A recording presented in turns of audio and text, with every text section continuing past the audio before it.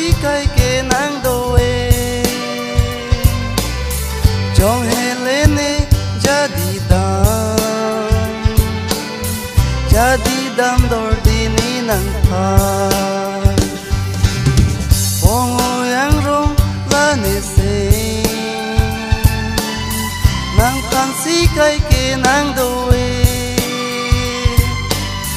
Jong helene jadi dam dor dini nang par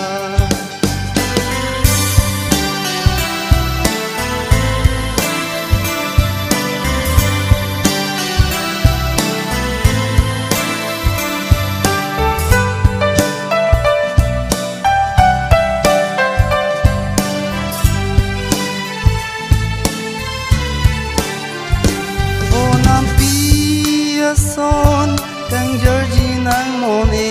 bonam pi son kang Georgie nang mone bonam pi son kang Georgie nang mone ne sing arlo ki kai bonam pi son kang Georgie nang mone bonam pi son kang Georgie nang mone bonam pi son kang Georgie nang mone ne sing arlo ki kai jadi dam ne jo parni son silong un ji ne nang sing akang hon parno dame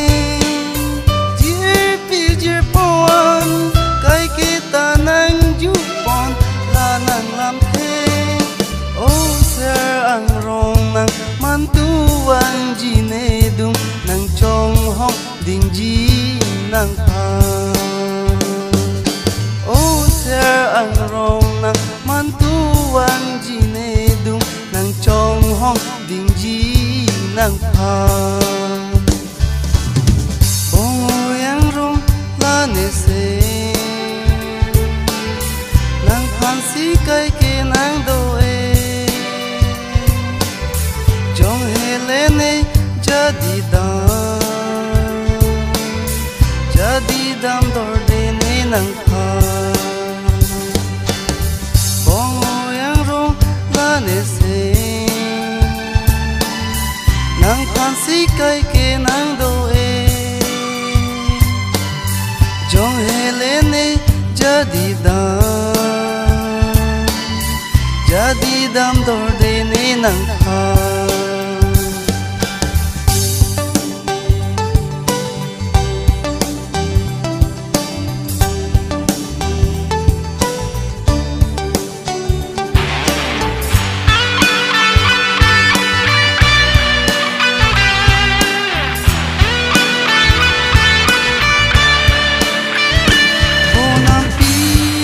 son kang Georgie nang mone bonam pi son